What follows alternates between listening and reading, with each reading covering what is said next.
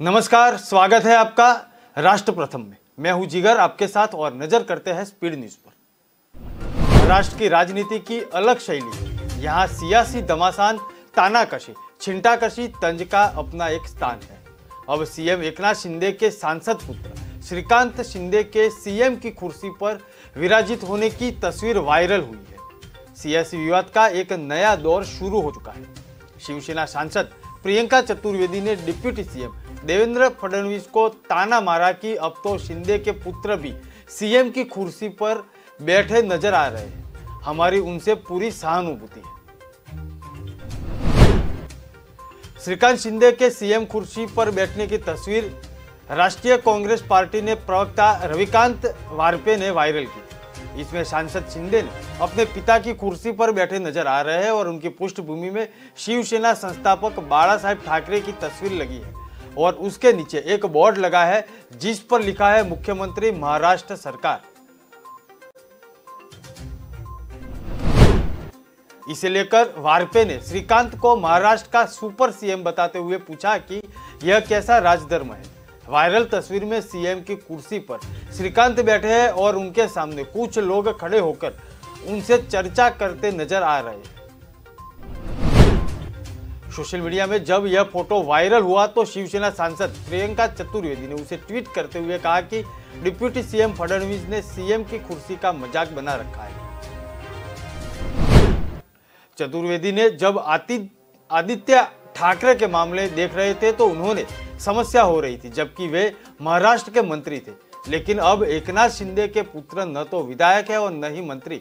फडणवीस के साथ मेरी सहानुभूति है और जिन्होंने सत्ता की भूख की खातिर अपने और अपने से जूनियर के लिए कुर्सी को मजाक बनाकर रख दिया है। सीएम की कुर्सी पर बैठने के फोटो को लेकर सियासत गरमाई गई तो सांसद श्रीकांत शिंदे ने सफाई दी कि उन्होंने कहा था कि यह फोटो न तो सीएम की सरकारी कुर्सी का है और न ही उनके सरकारी निवास की कुर्सी का है। वायरल तस्वीर ठाणे में स्थित निजी निवास स्थान कार्यालय की है। वे सीएम की अधिकृत कुर्सी पर बैठे नहीं थे। उन्होंने कहा कि सीएम अपने इस निवास के वर्चुअल मीटिंग भी करते हैं, इसलिए सीएम पद का बोर्ड कुर्सी के पीछे लगाया था। मेरे पिता 18 से 20 घंटे काम करते हैं, अन्य मुख्यमंत्रियों की तरह एक जगह बैठे नहीं रहते।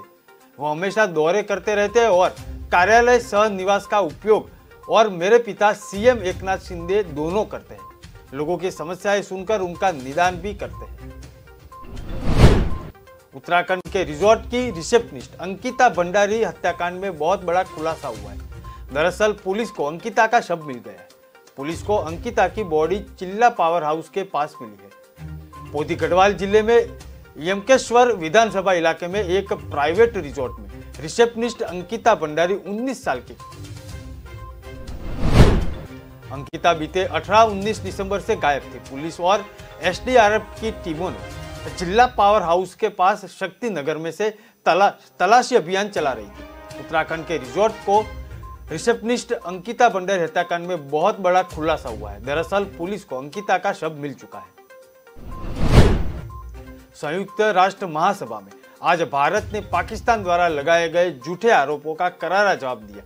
संयुक्त राष्ट्र में भारत मिशन के प्रथम सचिव मिजिटो विनिटो ने कहा कि यह खेदजनक है कि पाकिस्तान के प्रधानमंत्री ने इस सभा में भारत पर झूठे आरोप लगाए हैं। अपने देश में चल रहे कुकर्मों को छिपाने के लिए पाकिस्तान के प्रधानमंत्री ने इस मंच का खुले रूप से दुरुपयोग किया है।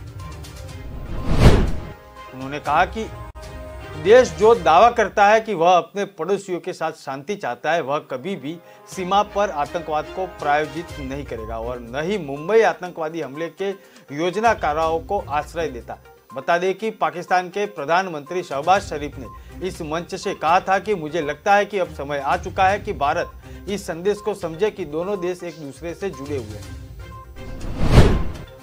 युद्ध कोई समाधान नहीं है, केवल शांतिपूर्ण संवाद ही कश्मीर के मुद्दों को हल कर सकता है ताकि आने वाले समय में दुनिया और अधिक शांतिपूर्ण हो जाए। भारतीय राजनीतिक मिजिटो विनिटो ने कहा कि पाकिस्तान को भारत के खिलाफ झूठे आरोप लगाने से पहले खुद की काली करतूतों के बारे में बताना चाहिए।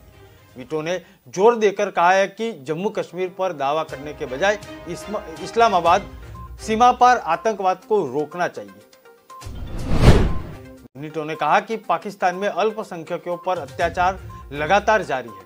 अल्पसंख्यक समुदाय की हजारों युवा महिलाओं को अपहरण किया जा रहा है। तो हम इस मानसिकता के बारे में क्या निष्कर्ष निकालें?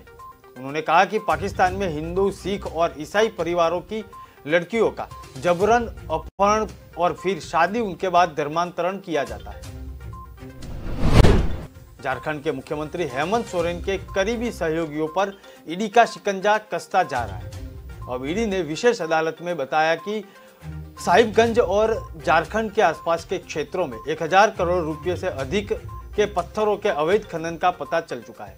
अब अवैध खनन पर पूरी तरह से सीएम सोरेन की करीबी सहयोगी और विधायक प्रतिनिधि पंकज मिश्रा का नियंत्रण है। ईडी ने अपनी चार्जशीट में कहा है कि मिश्रा ने लगभग सभी खानों में क्रमश की स्थापना की थी और खानों में उनका हिस्सा तय था। यहां तक कि खानों में परिवहन भी उनके नियंत्रण में थे। अवैध खनन मामला में ईडी के अपने चार्जशीट में 3 लोगों को आरोपी बनाया है। इसमें पंकज मिश्रा, बच्चा यादव और प्रेम प्रकाश मुख्य है। आरोपों के तीनों ने अवैध खनन के जरिए आय से अधिक संपत्ति अर्जित की थी। ईडी ने आरोप लगाया कि मुख्यमंत्री हेमंत सोरेन के विधायक प्रतिनिधि पंकज मिश्रा राजनीतिक दबदबे का नाजायज फायदा उठा रहे हैं और मुख्यमंत्री के विधानसभा क्षेत्र साहिबगंज की जिले में अवैध खनन को अंजाम दे रहा था। चर्चित खनन घोटाले में रांची स्थित special prevention of money laundering act court में लगभग 5000 पन्नों की चार्जशीट दाखिल की है। इस मामले में हेमंत सोरेन ने विधायक प्रतिनिधि पंकज मिश्रा, कारोबारी बच्चू यादव और प्रेम प्रकाश मुख्य आरोपी है। चार्जशीट में साहिबगंज इलाके में लगी मनी लॉन्ड्रिंग और अवैध खनन में लगभग 1000 करोड़ के घोटाले के सबूत दिए हैं। राजधानी में बीते 3 दिनों में हो रही बारिश की वजह से वायु गुणवत्ता बेहतर है। हालांकि विशेषज्ञों का दावा है कि बारिश का दौरा थमने के बाद हवा की सेहत बिगड़नी शुरू हो चुकी है। अक्टूबर से प्रदूषण नियंत्रण के लिए ग्रेटेड रिस्पॉन्स एक्शन प्लान लागू हो चुका है। इस बार ग्रेप में कई बिंदुओं को शामिल कर प्रदूषण नियंत्रण के नए उपायों को शामिल किया गया। दिल्ली सरकार के एक अधिकारी ने बताया कि राजधानी में प्रदूषण नियंत्रण के लिए नियम तैयार कर लिए गया। हालांकि इस बारे में कुछ नए बिंदुओं को शामिल किया गया है। इसके तहत नए उपायों को शामिल किया जा रहा है और जिसमें प्रदूषण नियंत्रण हो सके। राजधानी में प्रदूषण नियंत्रण के लिए ग्रेप का नियम 1 अक्टूबर से लागू किया गया है। नियम लागू होने के साथ ही सड़कों पर उड़ने वाली धूल को नियंत्रित किया जाएगा। साथ ही में खुले कूड़ा जलाना या मलबा डालने पर रोक लग सकती है। सड़कों से उड़ने वाली धूल को रोकने के लिए स्वीपिंग मशीनों को लगाया जा सकता है। आपातकालीन अस्पताल को छोड़कर डीजल जनरेटर पर रोक जैसे नियम अपनाए जा सकते हैं। प्रदूषण की मात्रा बहुत खराब श्रेणी में पहुंच जाने पर होटल व ढाबों में कोयले व लकड़ी के उपयोग पर रोक लग सकती है। कारोबारी में हुई लाखों की लूट में नेपाल के गिरोह का नाम सामने आया है। सूत्रों की माने तो घटना को अंजाम देने वाला एक नौकर कृष्णा को 2 हफ्ते पहले ही नौकरी पर रखा गया था। इसमें बिजनेसमैन की मां को दूध दलिया में नींद की गोली मिलाकर दी गई थी। फिर 2 साथियों के साथ लूट को अंजाम दिया गया। जांच में सामने आया है कि नौकर के वेरिफिकेशन के लिए महिला कांस्टेबल 3 बार परिवार के पास पहुंची थी, लेकिन हर बार टाल दिया गया था। घटना अजमेर के कचहरी रोड की पुलिस की बताया कि बिजनेसमैन अनिल जिंदल के यहां बुधवार शाम को हुई लूट के मामले की जांच में नए खुलासे हुए। आखिरी बार तीनों आरोपियों को टेम्पो में सवार होकर रीजनल कॉलेज की नई चौपाटी के पास देखा गया। गुरुवार को पीड़ित परिवार से मिली शिकायत के बाद पुलिस ने मुकदमा दर्ज किया है और साथ ही में वारदात के बाद आरोपी नौकर का भाई भी फरार हो चुका है। पुलिस उसकी तलाशी कर रही है। सूत्रों के अनुसार जिंदल परिवार ने कुछ दिनों पहले ही आरोपी कृष्णा एक परिचित के कहने पर नौकर रखा था। जिंदल परिवार के लोगों ने इसके बारे में कोटला भी पुलिस को बताया था और सूचना भी दी थी कि थाने में महिला कांस्टेबल 3 बार गई थी, लेकिन वेरिफिकेशन के लिए आईडी प्रूफ और अन्य कागजात लेते गई थी, लेकिन हर बार जिंदल परिवार को बाद में आना कहकर टाल दिया गया था। ईरान में 22 साल की एक लड़की की मौत के खिलाफ सरकार के खिलाफ एक हिंसक प्रदर्शन हो रहा है। 13 सितंबर को हिजाब के न पहनने की वजह से महासा अमीनी ने मोरलूड पुलिस के हिरासत में लिया गया था। 3 बार उसका शव परिवार को मिला है। 15 से ज्यादा शहरों में सरकार विरोधी हिंसक प्रदर्शन हो रहा है। लोग मारे जा चुके हैं और सरकार सिर्फ 17 से मारे जाने की दावा कर रहा है। ईरान में इस तरह के प्रदर्शन और हिंसा लंबे वक्त तक चल रही है। हर शहर में महिलाएं मोरल पुलिसिंग और हिजाब कानून के खिलाफ सड़कों पर उतरी है। 2 साल तक शांत रही महिलाएं अब सरकार के लिए मुश्किल का बहुत बड़ा सबब बन चुकी है।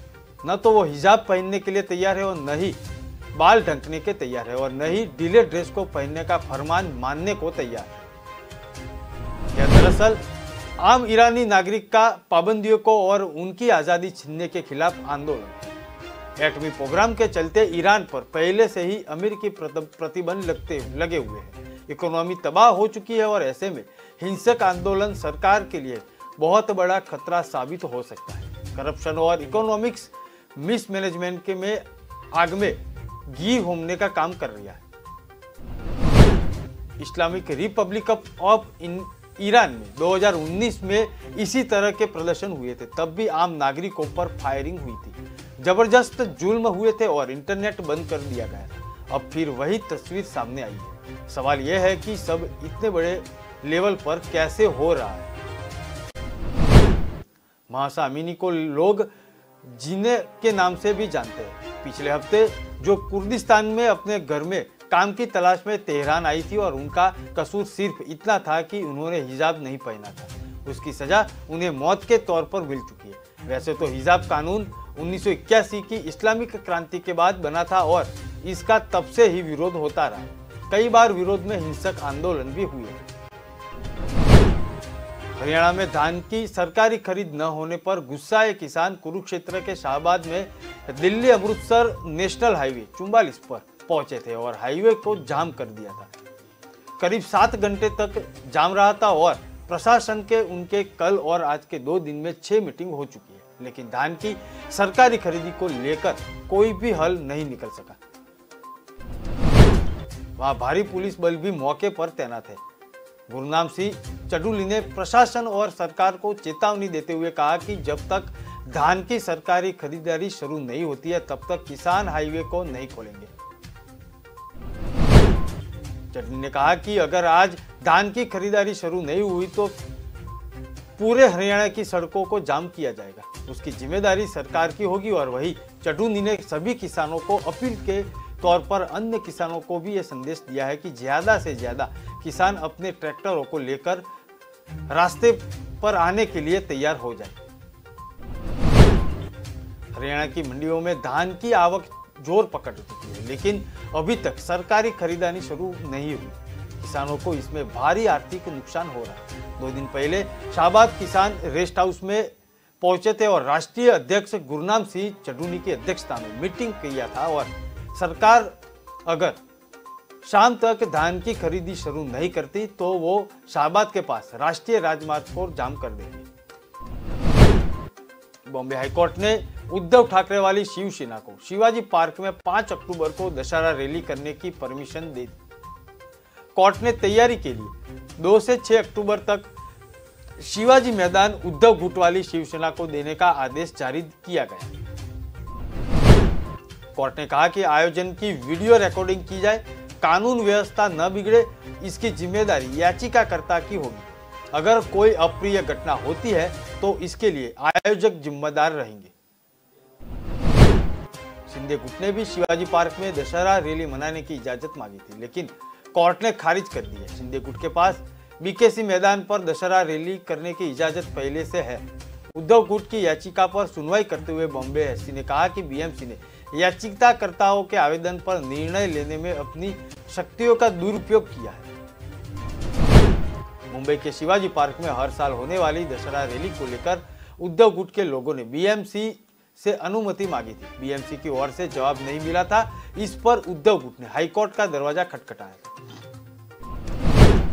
महाराष्ट्र के सीएम एकनाथ शिंदे शिवसेना गुट को मुंबई के कुर्ला कॉम्प्लेक्स मैदान में दशहरा रैली आयोजित करने की अनुमति पहले से मिली हुई है। शिवसेना हर साल दशहरा रैली का आयोजन करती है, लेकिन इस बार एकनाथ शिंदे गुट को अलग होने की वजह से अब दोनों गुट यह रैली करना चाहते हैं। उद्धव की लीडरशिप में बनी महाविकास आघाड़ी सरकार में शिवसेना, राष्ट्रवादी कांग्रेस पार्टी और कांग्रेस शामिल थी। शिवसेना का विवाद 20 जून से शुरू हुआ था और जब शिंदे नेतृत्व में 20 विधायक सूरत होते हुए गुवाहाटी पहुंचे थे। इसके बाद शिंदे गुट ने शिवसेना के 55 में से 40 विधायक के साथ होने का दावा किया, जिसके बाद उद्धव ठाकरे ने इस्तीफा दिया था और बाद में एकनाथ शिंदे मुख्यमंत्री और भाजपा के देवेंद्र फडणवीस उप मुख्यमंत्री बने और सरकार गिरने के बाद उद्धव सुप्रीम कोर्ट पहुंचे। राजस्थान में फिर से सक्रिय हुए मानसून के कारण जयपुर समेत पूर्वी राजस्थान के कई जिलों में बारिश हो रही है। भरतपुर, जयपुर, अजमेर, कोटा संभाग के कई जिलों में सुबह से ही घने बादल छाए हुए थे। वहीं मौसम विभाग के अनुसार बारिश का यह दौर अगले 3 दिन तक जारी रहेगा। मौसम केंद्र ने 13 जिलों में अलर्ट जारी किया है। तेज बारिश के कारण आज सवाई माधोपुर में एक मकान डल चुका था। हादसे में 3 लोग घायल हो चुके हैं। बदले में मौसम के कारण तैयार खरीफ की फसल के नुकसान होने की आशंका बढ़ चुकी है। मौसम विशेषज्ञों के अनुसार बंगाल की खाड़ी में आए सिस्टम से राजस्थान में फिर से तेज बारिश का दौर शुरू हो चुका है। जयपुर शहर में तड़के घने बादल छाने के बाद बारिश का दौर शुरू हुआ। 7 बजे कई हिस्सों में हल्की से मध्यम बारिश हुई थी। सड़कों पर पानी भर गया था। सांगनेर, टोंक रोड, मालवीय नगर, मानसरोवर, सिगरी, अजमेर रोड में सुबह से ही हल्की बारिश हो चुकी थी। इनके अलावा ग्रामीण हिस्सों में भी कई जगह तेज बारिश हुई। 2 से लेकर 3 इंच तक बरसात हुई। बारिश के कारण जयपुर के तापमान में गिरावट आ चुकी है। कल दिन का अधिकतम तापमान 19 डिग्री सेल्सियस दर्ज हुआ था, जो सामान्य से 5 डिग्री सेल्सियस कम था। इससे लोगों को रात में हल्की ठंडक का एहसास हुआ था। मध्य प्रदेश एटीएस ने इंदौर और उज्जैन से गिरफ्तार किए गए पॉपुलर फ्रंट ऑफ इंडिया के 4 नेताओं को एनआईए कोर्ट में भोपाल में पेश किया था। चारों आरोपियों को कोर्ट ने 30 सितंबर तक एटीएस को रिमांड सौंप दिया है। एटीएस ने रिमांड के लिए दलील भी दी थी। आरोपी पूछताछ करनी है और सबूत जुटाने हैं। इसके पास से इलेक्ट्रॉनिक्स डिवाइस, देश विरोधी दस्तावेज बरामद हुए थे। एटीएस के वकील ने कहा कि आरोपियों का मकसद समुदाय विशेष के युवाओं को भड़काकर देश में कट्टरता पैदा करना था। भारत में इस्लामिक शरिया कानून कायम करने के एजेंडे के तहत अभियान में जुटे थे। आरोपियों की तरफ से वरिष्ठ वकील अतहर अली ने पक्ष रखा था। इसके बाद विशेष न्यायाधीश रघुवीर प्रसाद पटेल ने चारों आरोपियों को 30 सितंबर तक एटीएस को रिमांड पर सौंपने का आदेश दिया। एटीएस की माने तो सीक्रेट जगह पर वो ले चुकी है और जरूरत पड़ने पर एनआईए उन्हें ट्रांजिट रिमांड पर दिल्ली में ले जा सकती है। आरोपियों को कोर्ट में भारी सुरक्षा के बीच लाया गया था। एटीएस आरोपियों को लेकर पहुंची और उन्हें सीधे एनआईए कोर्ट में ले जाया गया था। कागजी कार्रवाई चल रही थी, जबकि अचानक कोर्ट रूम की बिजली चली गई। इसके करीब आधे घंटे तक सुनवाई प्रभावित रही थी। बिजली आने के बाद सुनवाई फिर से शुरू हुई थी। इस दौरान आरोपियों के चेहरे पर नकाब डालकर एटीएस की टीम उन्हें उठा ले गई थी। उसके बाद आसपास भी किसी को आने जाने की इजाजत नहीं थी। उनका पक्ष रखने कई वकील पहुंचे थे, लेकिन आरोपी सबको मना कर रहे थे। वह कह रहे थे कि हमने वकील कर लिया है, आपकी जरूरत नहीं है। कारमडेल घोटाले में खिलाफ पीड़ित आदिवासियों के अधिकारियों की रक्षा करने के लिए विधायक पांचलीला मेंढा में नेतृत्व में आदिवासी न्याय पदयात्रा धार में भोपाल तक निकाली जा रही है। उस पदयात्रा शुक्रवार को शाम को इंदौर पहुंची थी। यहाँ राजीव गांधी चौराहा, विजयनगर चौराहे पर पदयात्रा का स्वागत किया गया। मध्य प्रदेश कांग्रेस कमेटी के प्रदेश सचिव राकेश सिन्हा यादव ने बताया कि किसानों और आदिवासियों को न्याय दिलाने के लिए इस यात्रा की शुरुआत की गई। यह यात्रा संभवतः 2 अक्टूबर को भोपाल पहुंचेगी और गांधी जयंती के मौके पर यात्रा के भोपाल पहुंचने पर राज्यपाल मंगूभाई पटेल को ज्ञापन सौंपकर उन्हें जन समस्याओं से अवगत किया जाएगा। पदयात्रा का उद्देश्य कारम डैम के भ्रष्टाचार को जनता तक पहुंचाना है, सच्चाई को उजागर करना व पीड़ितों को न्याय दिलाना है। पदयात्रा के माध्यम से आदिवासियों पर हो रहे अत्याचार का विरोध किया जा रहा है। इंदौर में पदयात्रा के पहुंचने पर कई स्थानों पर स्वागत के साथ समर्थन किया गया। यादव ने बताया कि कारम बांध से प्रभावित आदिवासी आज भी जंगलों में रहते हैं, उसे उचित मुआवजा नहीं मिला। शिवराज सरकार से आदिवासियों को नुकसान की भरपाई करने के साथ फसलों का उचित मुआवजा देने और विस्थापित करने की मांग की जा रही है। इंदौर में बेरोजगार युवा पिछले 3 दिनों से सड़क पर बैठे हैं। पिछले कई सालों से सरकारी नौकरी पाने के लिए अलग अलग परीक्षाओं के लिए तैयारी कर रहे थे। अभ्यर्थी मानसिक और आर्थिक रूप से परेशान हैं। पीएससी शिक्षक और मध्य प्रदेश पुलिस की तैयारी में अभ्यर्थी लग चुके थे, मगर एग्जाम रिजल्ट और भर्ती प्रक्रिया में देरी इनके लिए परेशानी बढ़ती जा रही थी। भर्ती सत्याग्रह को पूर्व सीएम कमलनाथ का भी समर्थन मिल चुका है। साथ ही में कुछ संगठनों ने अपना समर्थन इस भर्ती के सत्याग्रह को दिया था। दरअसल पिछले 3 दिनों से दीनदयाल पार्क, बोलाराम उस्ताद मार्ग चौराहे के पास सर्विस रोड पर बेरोजगार युवाओं का भर्ती सत्याग्रह जारी है। टेंट के नीचे सड़क पर दी गई बिछावर बैठे हुए युवा सरकार ध्यान अपनी ओर आकर्षित करने का प्रयास कर रहा है। भंवरकुआ क्षेत्र के कोचिंग इंस्टीट्यूट लाइब्रेरी में इन बेरोजगारी की टीम पहुंची और उन्हें पीले चावल देकर सत्याग्रह में शामिल होने का आमंत्रण दे रही थी। वहां पढ़ाने वाले शिक्षकों स्टूडेंट को आमंत्रण दिया गया था ताकि ज्यादा से ज्यादा स्टूडेंट और शिक्षकों को समर्थन में भी उन्हें मिल सकते हैं और पढ़ाई करने में, परीक्षा देने में के बाद भी उनकी स्थिति ये है कि आज भी वो सत्याग्रह कर रहे हैं। शुक्रवार रात को अभ्यर्थियों ने सामूहिक रूप से मोमबत्ती जलाकर तमाम मूर्त भर्तियों को श्रद्धांजलि अर्पित की। इस दौरान बड़ी संख्या में अभ्यर्थी यहां मौजूद थे। उन्होंने मोमबत्ती जलाकर श्रद्धांजलि अर्पित की और इसके पहले अलग अलग तरीकों से अपना विरोध जताते आ रहे थे। गुरुवार को अभ्यर्थियों ने सुंदरकांड का पाठ भी किया था। आज स्पीड न्यूज में बस इतना ही। विस्तार से खबरें पढ़ने के लिए आप हमारी वेबसाइट का भी प्रयोग कर सकते हैं। हमारे वेब का पता है www.kalamkartavya.com। हमारी कलम ही हमारा कर्तव्य है। इस उद्देश्य के साथ आप खबरों को देखते रहिए राष्ट्र प्रथम के साथ। नमस्कार।